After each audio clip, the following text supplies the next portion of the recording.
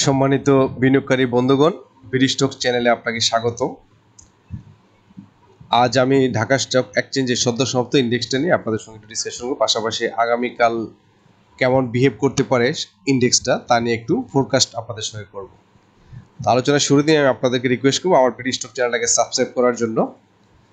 তো আজকে আমি ঢাকা স্টক এক্সচেঞ্জের সদ্য সমাপ্ত ইন্ডেক্সটা ক্লোজ হয়েছে ৫,৭৮৬.52 পয়েন্টে, যা গত দিনের তুলনায় 17.19 পয়েন্ট কমে, যা -0.30% চেঞ্জ নিয়ে আজকে ক্লোজ হয়েছে। তার মানে আজকে কিন্তু ইন্ডেক্সের পয়েন্টও কমেছে, চেঞ্জও কমেছে, এবং আমরা দেখব যে টার্নওভার যদি দেখি তাহলে 726 আজকে কিন্তু 726 কোটি টার্নওভার আসছে। তো গতকালের তুলনায় কিন্তু টার্নওভার কম আসছে।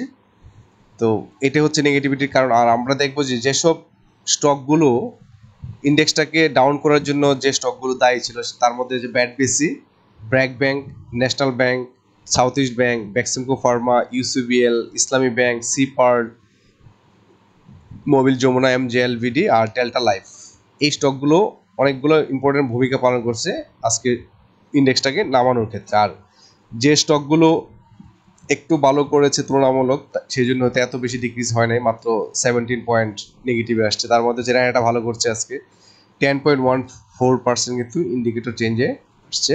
জিপেচ Ispat, Khan Brothers, City Bank, Square Pharma, Confidence Cement, Olympic, Premier Bank, লাভেলো অ্যান্ড লিন্ডেভিডি। তো এই স্টকগুলো কিন্তু যথেষ্ট পজিটিভ থাকার কারণে, মানে ইন্ডেক্সের চেঞ্জ আনার কারণে কিন্তু আজকে কিন্তু পতনটা তো বেশি হয় নাই, এতে কারেকশনটা কমে আসছে, 70 পয়েন্ট মাত্র কারেকশন আসছে। তো এটা হচ্ছে কারেকশনের ফর্ম এরকম হয়। তো আমরা দেখব যে ব্লক ট্রানজিশনের ক্ষেত্রেও এখানে কিন্তু ভালো ভালো স্টক, যেমন খান ব্রাদার্স মোটামুটি ভালো, বেক্সিমকো কম, আর তারপরে দেখবো যে নিউ লাইন, এগুলো দরকার নাই, আর সব ভালো করে আলিফ ইন্ডাস্ট্রিজ ভালো হচ্ছে, মিডল্যান্ড ব্যাংক ভালো টার্নওভার হচ্ছে, লাভেলো টার্নওভার হচ্ছে ভালো, তারপরে হচ্ছে এখানে আলহাজ। আচ্ছা, এই ছিল টার্নওভার নিয়ে। তো এখন আমরা চলে আসবো ইন্ডেক্সে আমরা একটু দেখবো যে আজকের ইন্ডেক্সের পয়েন্ট কেমন, মানে কি ইন্ডেক্সের বিশেষ করে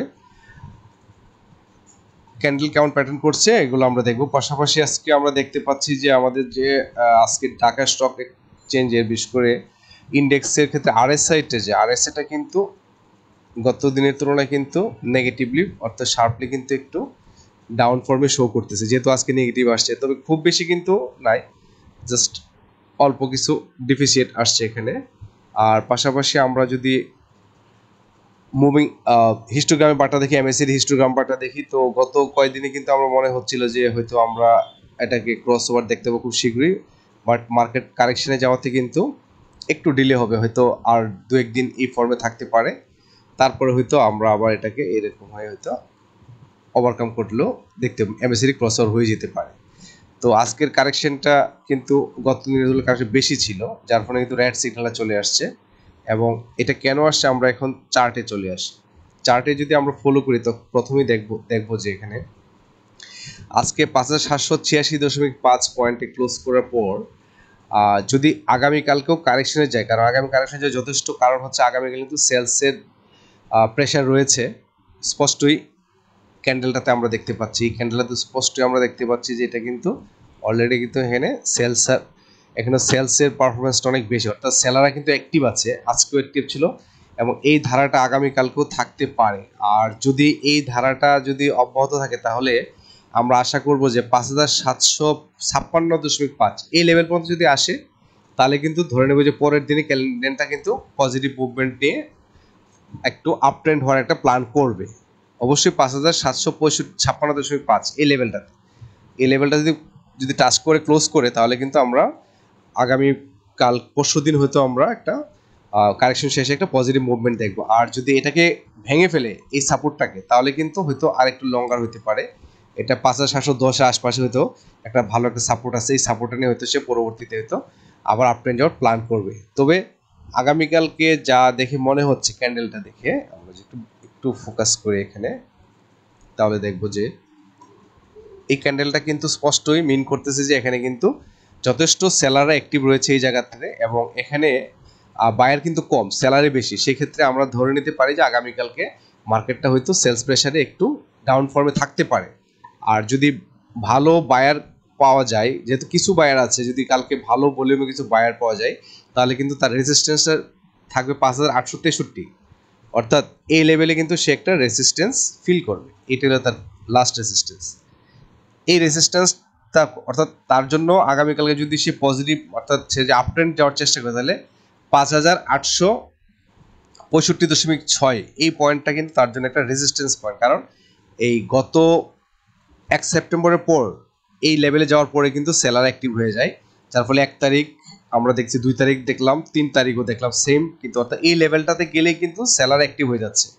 তো সেই ক্ষেত্রে তার জন্য বড় চ্যালেঞ্জ হবে 5865.6 এই পয়েন্টটাকে হচ্ছে ওভারকাম করে এটা ব্রেকআউট করে কিন্তু তাকে যেতে হবে। তাহলে কিন্তু আমরা আস্তে আস্তে মার্কেটে পজিটিভ মুভমেন্ট দেখবো, এবং এটা করতে হলে ভালো ভলিউম 1000 ভলিউমের প্রয়োজন আছে। 1000 ভলিউমের অ্যাভাব না হলে কিন্তু সম্ভব হবে না।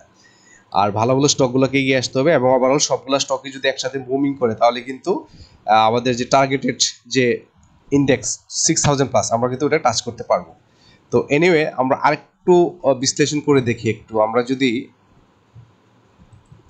অন্যভাবে একটু অ্যানালাইসিস করি, সেটা হচ্ছে আমরা যদি একটু মান্থলি চার্টে দেখি, মান্থলি চার্ট আমাদের কি ইন্ডিকেট করছে? মান্থলি চার্ট কিন্তু আমাদেরকে ইন্ডিকেট করতেছে যে স্পষ্টই কিন্তু, এখানে আমি ছবি কেটে দিই, স্পষ্টই কিন্তু ইন্ডিকেট করতেছে যে এই জায়গাটাতে কিন্তু পুরোপুরি হচ্ছে 1 তারিখে যে সেপ্টেম্বরের মান্থলি চার্টটি দেখাচ্ছে যে সেলাররা কিন্তু সো মাচ অ্যাক্টিভ, যার ফলে কিন্তু আমরা 3 তারিখে রেস্টটা দেখতে পাচ্ছি এখানে, অর্থাৎ ডাউন ফর্মে থাকার একটা প্ল্যান আছে এই জায়গায়। আমরা এখন দেখব, আমরা আরেকটা চার্টে দেখি যে আমরা এখন যদি এটাকে আমরা ডে চার্টে নিয়ে যাই, আর হচ্ছে আমরা যদি আরেকটা মেথড ইউজ করি, সেটা হচ্ছে একেইন-80 মেথড। এই মেথড বলতেছে যে ইন্ডিসে, অর্থাৎ যদি আজকে যে ক্যান্ডেলটা প্যাটার্নটা শো করেছে এই প্যাটার্নটা কিন্তু মিন করতেছে ইন্ডিসে, অর্থাৎ এই ডোজিটা, এটা প্রায় ডোজি বলা যায়, মানে অল্প একটু ডিফারেন্স। যেমন ক্লোজ করে আজকে ওপেন করছে 5803-এ আর ক্লোজ করছে 5802.3-এ, অর্থাৎ ভেরি ক্লোজ ওপেনিং এবং ক্লোজিং এন্ড, যার ফলে আমরা বলতে পারি এটা অলমোস্ট ডোজি। তো এই ডোজিটা মিন করে যে বাজার হচ্ছে কিন্তু ইন্ডিসে, অর্থাৎ আগামীকালকে বাজার যে কনফার্ম উপরে যাবে বা নিচে যাবে আমরা কিন্তু কেউ এটা বলতে পারবো না, কারণ ইন্ডিসে, অর্থাৎ কালকে মার্কেট ডিসিশন নেবে সেটা মার্কেটটা কালকে আপ হবে ইন্ডেক্সটা নাকি নেগেটিভ হবে। এই জন্যে আমাদেরকে সজাগ থাকতে হবে এবং দেখতে হবে যে আসলে আগামীকালকে ওপেনিং বা ক্লোজিংটা কোথায়। তো আমি যেটা বললাম যে যদি আগামীকালকে ক্লোজিংটা হয়, আগের চার্টে আমরা চলে যাই, তাহলে আমরা দেখতে পাবো এখানে, আমরা যদি নর্মাল চার্টে চলে যাই তাহলে আমরা দেখতে পাবো যে এই হচ্ছে আমাদের নর্মাল চার্ট। ডে চার্টে যদি আগামীকালকে আমরা যদি দেখি এই লেভেলটাতে, অর্থাৎ 5756.7, এই 5756 এই লেভেলটাতে যদি এসে যদি আগামীকালকে ক্লোজ করে, তাহলে আগামী পরশুদিন ধরে আমরা ধরে নিতে পারবো যে মার্কেটটা পজিটিভ ট্রেন্ডে যাওয়ার যথেষ্ট সম্ভাবনা রয়েছে। তো বিনিয়োগকারী বন্ধুগণ, আপনাদের কাছে আমার রিকোয়েস্ট থাকবে যে মার্কেট অবজার্ভ করুন। তবে হ্যাঁ, মার্কেট কিন্তু এখনো কিন্তু মুভিং অ্যাভারেজের উপরে আছে। তো কালকে যদি, যেহেতু ইন্ডিসিভ একটা ক্যান্ডেল শো করলো এখানে যদি বলা হচ্ছে, সেক্ষেত্রে আগামীকালকে একটা খুব মানে ক্রুশিয়াল টাইম। যদি ইন্ডেক্সটা এই লেভেলে আসে তাহলে তো পজিটিভ হবে, আর যদি কালকে থেকে যদি আপ ট্রেন্ড নেই তাহলে এই যে বললাম যে এই লেভেলে একটা রেজিস্ট্যান্স 5868 পয়েন্টের লেভেল রেজিস্ট্যান্স পাবে। এই রেজিস্ট্যান্স ওভারকাম করতে পারলে কিন্তু আমাদের ড্রিম যে 6000-এ যে আমরা ওখানে যেতে পারবো। তো ওভারঅল আগামীকালকে আমরা ভালোভাবে অবজার্ভ করবো যে আসলে মার্কেটটা কী ধরনের আচরণ করে। তো ধন্যবাদ, এই ছিল আজকের ইন্ডেক্স এবং আগামীকালকের ফোরকাস্টটা নিয়ে। তো আজকে আলোচনা এখানেই সমাপ্ত ঘোষণা করছি। আগামীতে হয়তো নতুন কোনো স্টক নিয়ে আপনাদের সঙ্গে আবারও দেখা হবে। ততক্ষণ সবাই ভালো থাকবেন। আসসালাম।